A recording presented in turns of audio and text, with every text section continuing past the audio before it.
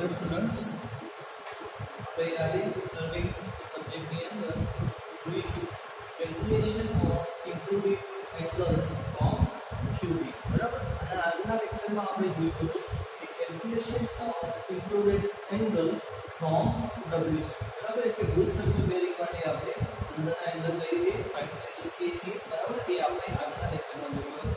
હવે આજના લેક્ચરમાં આપણે જોઈશું કે ક્વાડ્રેટિક બેરિંગની અંદર જ્યારે અંદરના એંગલ હોય તો એને ફાઇન્ડ કઈ રીતે કરી શકીએ. એ માટે આપણને અલગ અલગ ઇક્વેશન આપેલા છે. જ્યારે WCની અંદર પણ આપણે અલગ અલગ ઇક્વેશન વિશે જોયું. ઓકે, તો ક્વાડ્રેટિક બેરિંગનો રૂલ્સ આપણને શું કહે છે કે જ્યારે પણ આપણે મેઝરમેન્ટ લેતા હોઈએ ત્યારે નિયર બાય NS એટલે કે n અને s ના છેદમાં જે પણ જગ્યાએ અથવા જે પણ ડાયરેક્શનમાં કોઈ એંગલ બનતો હોય તો એને આપણે n અથવા તો s ના રેફરન્સ પોઈન્ટથી આપણે બતાવીશું. બરાબર. જે આપણે અહીં જોઈ શકીએ છીએ કે અહીંયા કોઈ એંગલ બને છે θ1 θ2 તો એને n થી આપણે બતાવેલું છે n અને s ના રેફરન્સ. એ રીતે સેકન્ડ ફિગરની અંદર જોઈએ તો એની અંદર પણ જોઈએ તો એક એંગલ આપણો n વેસ્ટ ડાયરેક્શનમાં બતાવેલો છે. બરાબર. W E S ये S लखो नहीं है डायरेक्शन हाल નથી તો આપણે સમજવા માટે પેલું અહીં કઈ રીતે છે n W અને n E ડાયરેક્શન છે. બરાબર. તો n એ નોર્થ ડાયરેક્શન થી θ2 ડિસ્ટન્સ છે, સોરી θ2 કહેંगे અને θ1 કહેंगे આપ્યું છે. પછી આવશે આપણો ફિગર નંબર 3. એની અંદર આપણને n E અને S બે પોઈન્ટ આપણને આપેલા છે. જે બે પોઈન્ટ આપણને એક મળે છે પહેલા ચરણમાં, બીજો મળે છે બીજા ચરણમાં. તો એની ડાયરેક્શન છે n E અને S E એટલે કે n અને s ના રેફરન્સથી કેટલા ડિગ્રી બેરિંગ આપણને મળે છે. એ જ રીતે આપણે ઓપોઝિટ ડાયરેક્શનમાં બીજી ફિગર નંબર 4 ઉપરની પેટર્ન આપણે સમજી રહેશે, નીચે આપણે લઈ જશે. બરાબર. તો આપણે જે બેરિંગ આબાદ હોતી જે આપણે આ લેફ્ટ ટુ રાઈટ થઈ ગઈ છે તો એની માટે પણ આપણે ડાયરેક્શન થશે S W અને n E. બરાબર. તો આ રીતની જ્યારે આપણને એંગલ બનતો હોય, માની લઈએ કે કોઈ જગ્યાએ આપણે એક જ કોર્નરમાં બે એંગલ બને છે તો એ માટે ઇક્વેશન કયું થશે? પછી બે સામસામેના એંગલ માટે કે વચ્ચેનો એંગલ જ્યારે ફાઇન્ડ કરવો હોય ત્યારે ઇક્વેશન કયું થશે? પછી સામસામે એટલે કે પાસેના એંગલ વચ્ચેનો એંગલ ફાઇન્ડ કરવો હોય અને સામસામે બાજુની એંગલ વચ્ચેનો એંગલ ફાઇન્ડ કરવો હોય. ઓકે, તો હવે ફિગરની અંદર જોઈએ તો આલ્ફા જે આપણને આપેલો છે, બરાબર, એ શું બતાવે છે? આલ્ફા જે છે એ બતાવે છે આપણને ઇન્ટરનલ એંગલ અથવા તો ઇન્ક્લુડેડ એંગલ. બરાબર. આ છે આપણો આલ્ફા BAC BAC. બરાબર. તો એંગલ આપણે ઇન્ટિરિયર અથવા તો internal angle is equal two BAC.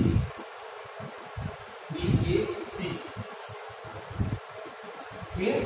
હવે θ1 અને θ2 શું છે? તો quadratic bearing of line AB એટલે કે AB ની ક્વાડ્રેટિક બેરિંગ છે અને θ2 quadratic bearing of line AC. તો AC માટેની આપણે ક્વાડ્રેટિક બેરિંગ દરેકમાં એવું છે કે AB માટે θ1 અને AC માટે θ2. AB માટે θ1 અને AC માટે θ2. બરાબર. આ આપણને બસ મળી ગયું. તો હવે જ્યારે આપણે મેઝરમેન્ટ લેતા હશું ગ્રાઉન્ડ ઉપર તો એ વખતે આ રીતના આપણને એંગલ ફેસ કરવા પડશે. દરેક વખતે અલગ અલગ એંગલ આપણને મળતા હશે. તો એ વખતે ઇક્વેશન વેલ લગાવો. તો હવે આપણે સ્ટાર્ટ કરીશું નંબર 1. એ પહેલા હું સમજાવી દઉં કે આ પેટર્ન કેમ આ રીતે બતાવેલી છે. માની લઈએ કે કોઈ એંગલ છે, આપણે એક કોર્ડ છે, એક પેટર્ન આ રીતની જાય છે. બરાબર.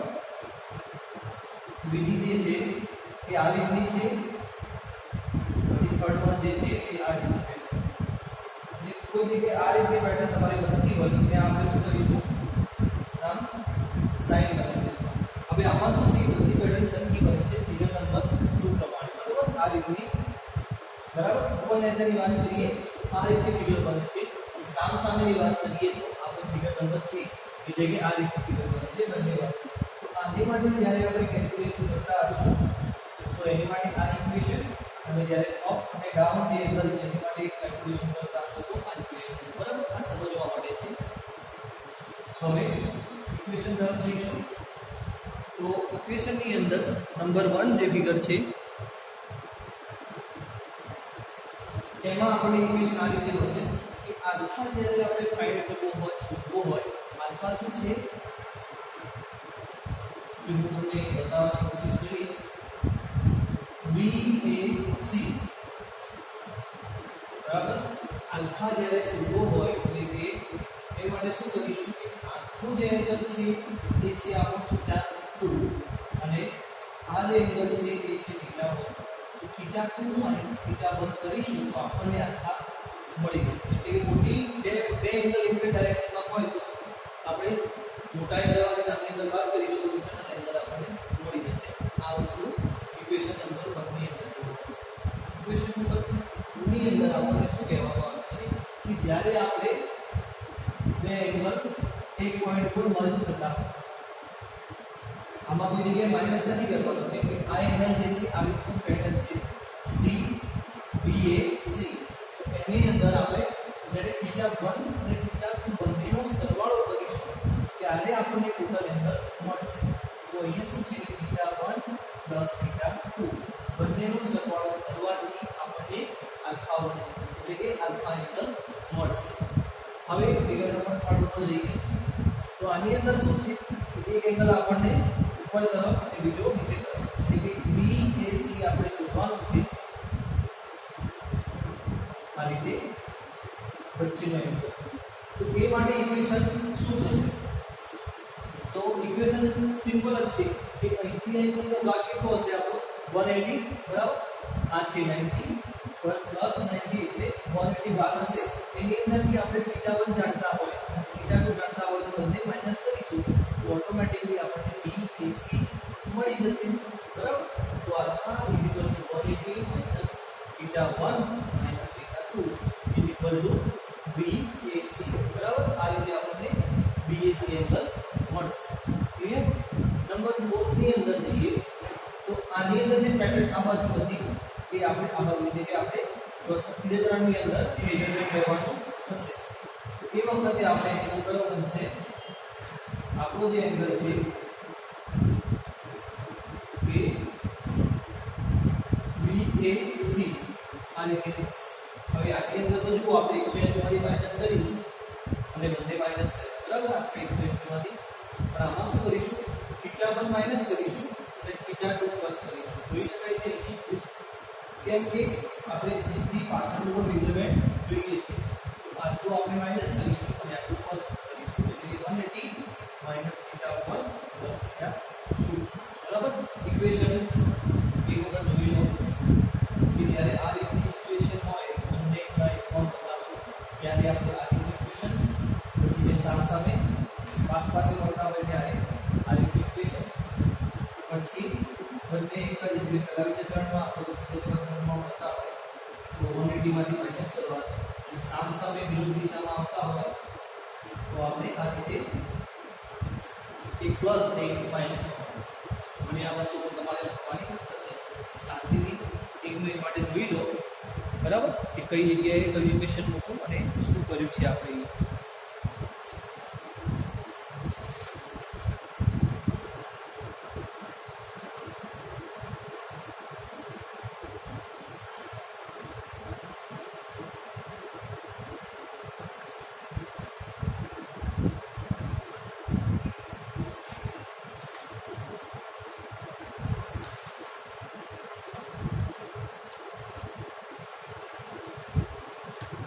બરાબર. હવે આગળ આપણે વાત કરીશું કે અંતર્ગત ખૂણાઓ ઉપરથી પૂર્ણવૃત્ત બેરિંગની ગણતરી. એટલે જ્યારે આપણે પહેલાં કેલ્ક્યુલેશન જોયું એમાં શું હતું કે ઇન્ક્લુડેડ એંગલ ઉપરથી આપણે WCB ફાઇન્ડ કરતા હતા બરાબર. હવે જે આગળ જોયું હતું એના માટે ફરીથી આપણને ઇક્વેશન આપેલા છે 3.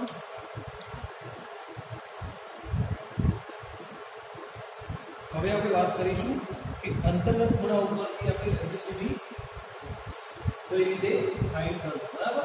આના પહેલા આપણે શું કર્યું કે WCB ઉપરથી અંદરના ખૂણા કઈ રીતે શોધવા એ વસ્તુ જોઈ નથી. હવે આપણે જોઈશું કે અંતર એટલે કે ઇન્ટરનલ એંગલ આપણને આપેલા પણ એમાંથી WCB કઈ રીતે ફાઇન્ડ કરીશું. એના માટે આપણને 3 રૂલ્સ આપેલા છે. આના પહેલા પણ જોયું 3 રૂલ્સ હતા.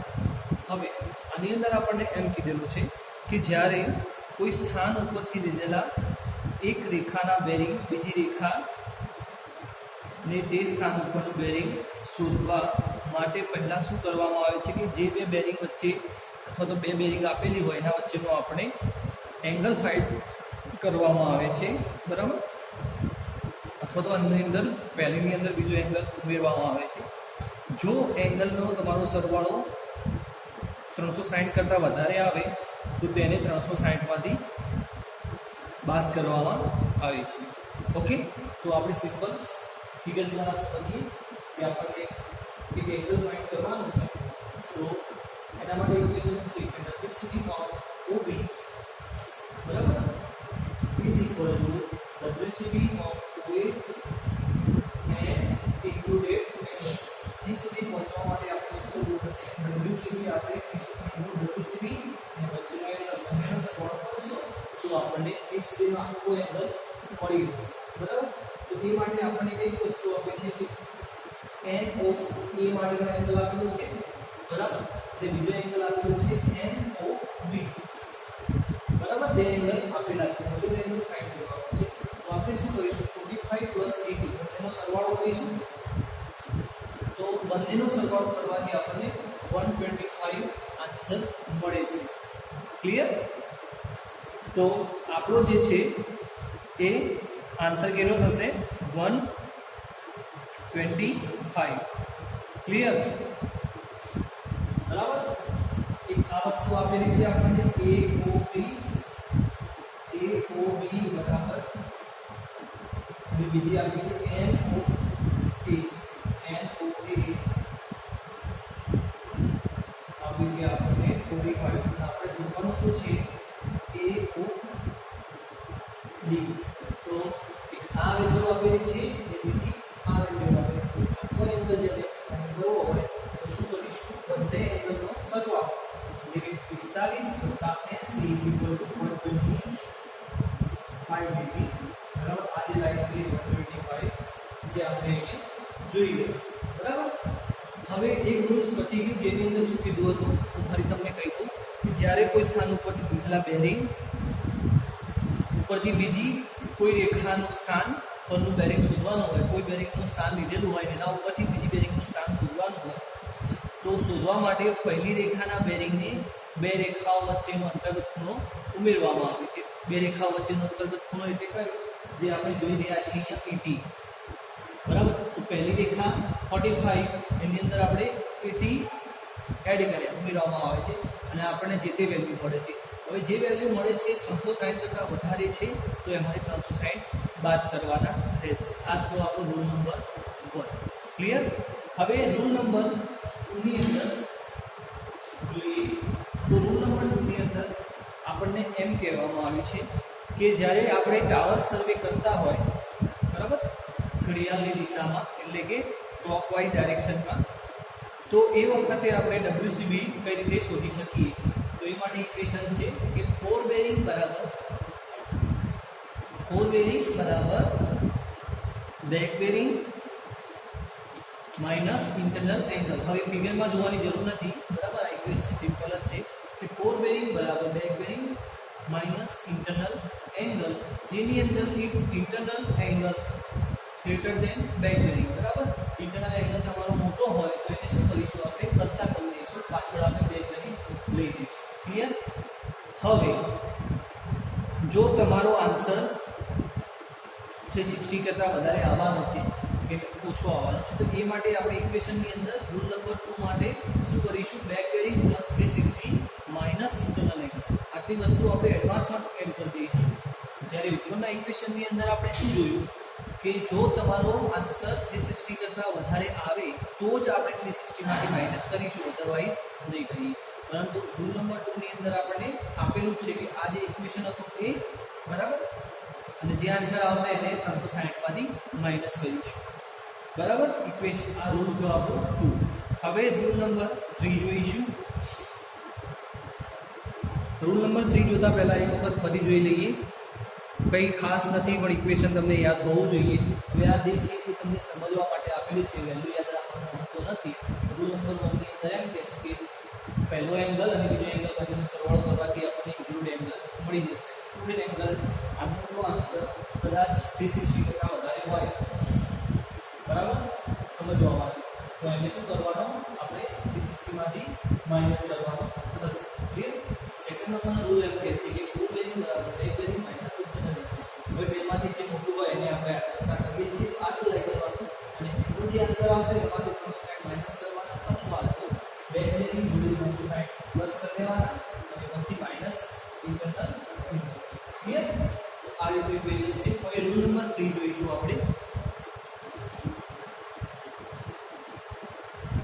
હવે રૂલ નંબર 3 ની અંદર આના પહેલા નંબરનો રૂલ જો એમાં શું હતું કે આપણે ક્લોકવાઇઝ ડાયરેક્શનમાં મેઝરમેન્ટ લેતા હતા. હવે એન્ટી ક્લોકવાઇઝ ડાયરેક્શનમાં આપણે જ્યારે બેરિંગ ફેંક કરતા હોય એ વખતે રૂલ નંબર 3 આવશે. રૂલ નંબર 3 ની અંદર આપણે fore bearing is equal to back bearing plus interior angle, બરાબર. આની અંદર પ્લસ છે, આના આગળ તોમાં માઈનસ હતો. જો તમારું ફોર બેરિંગ 360 કરતાં વધારે હોય, four bearing greater than 360, then subtract 360 from it, બરાબર. તો જ્યારે તમારી વેલ્યુ જે છે એ 360 કરતાં વધી જાય તો તેમાંથી 360 બાદ કરવું. ક્લિયર. સિમ્પલ મેથડ છે. એટલે કે જે ટાવર્સ હોય છે, ટાવર્સ સર્વે કરીએ છીએ, એમાં જ્યારે આપણે ઘડિયાળની કાંટાની વિરુદ્ધ દિશામાં સર્વે કરવામાં આવે તો આપણને જે પૂર્ણભૂત બેરિંગ મળતી હોય એ માટે ઇક્વેશન આ રીતનું રહેશે કે ફોર બેરિંગ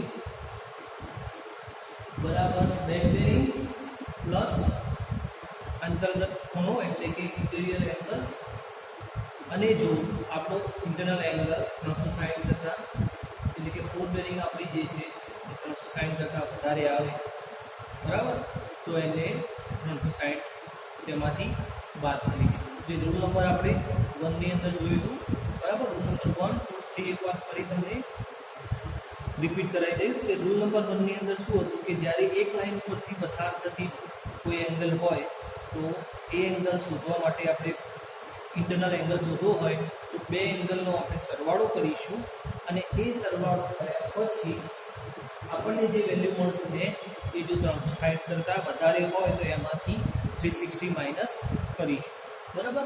રૂલ નંબર 2 ની અંદર આપણે જોયું હતું અહીં કે જ્યારે આપણે ફોર બેરિંગ બરાબર back bearing minus internal angle, પણ એની અંદર જો અંતર્ગત ખૂણો વધારે હોય તો આપણે શું કરીશું,